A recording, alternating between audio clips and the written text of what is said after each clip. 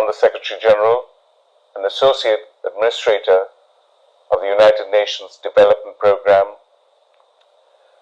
Mr.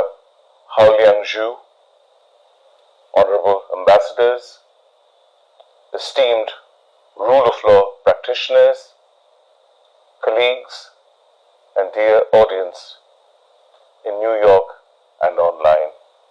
I am honored to address you at the opening session of the 25th Annual Meeting on Rule of Law and Human Rights at a critical time for my country, Bangladesh, where I have the distinct honor to serve as the Chief Justice since August 2024. The call to unite in promoting justice and human rights is enshrined at the very heart of the UN Charter, as it is in Sustainable Development Goal number 16. There must be no doubt that the United Nations must reinforce and upscale their rule of law support as the fundament for peace, stability, and prosperity. I call on you to support this mission regardless of historical and contemporary setbacks, despite competing priorities and in face of a sense that building robust and independent judiciaries is too daunting a task to even embark on. Our work in Bangladesh over the past 9 months is a prime example of both. The centrality of rule of law reforms in countries in transition and of the UN's, and in particular the UNDP's ability to effectively support profound and far-reaching justice reforms with its broad and specialized expertise and its agility to scale up, deploy, and tailor support as required for transformative change.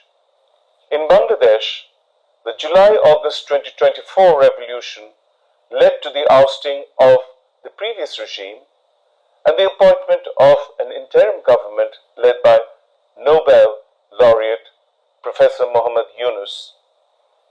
Student-led protests featured an unprecedented uprising of the youth against injustice, arbitrariness, and oppression, and the stark vindication of justice. Since assuming office as Chief Justice of Bangladesh, the legacies of those young men and women who paid the ultimate price in the protests have guided my mission and hardened my resolve to restore equity and justice through a transformative agenda for judicial reform.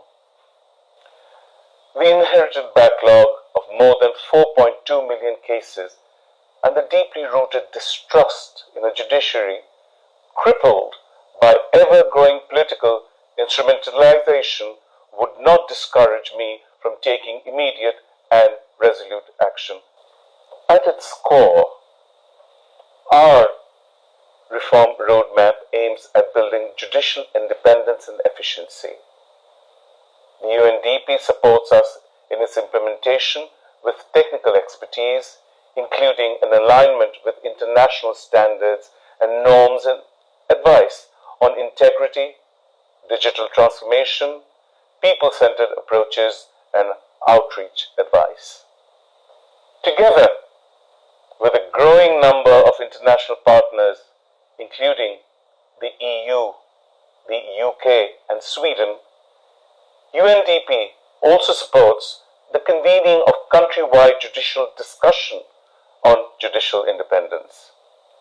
A recent peer exchange with South African experts on transitional justice tools supported by the UNDP reinforced my conviction that far-reaching and transformative reforms of the judiciary must be the fundament for other sectoral reform in any transition, from unjust and dictatorial regimes to stable, peaceful, and prosperous democracies.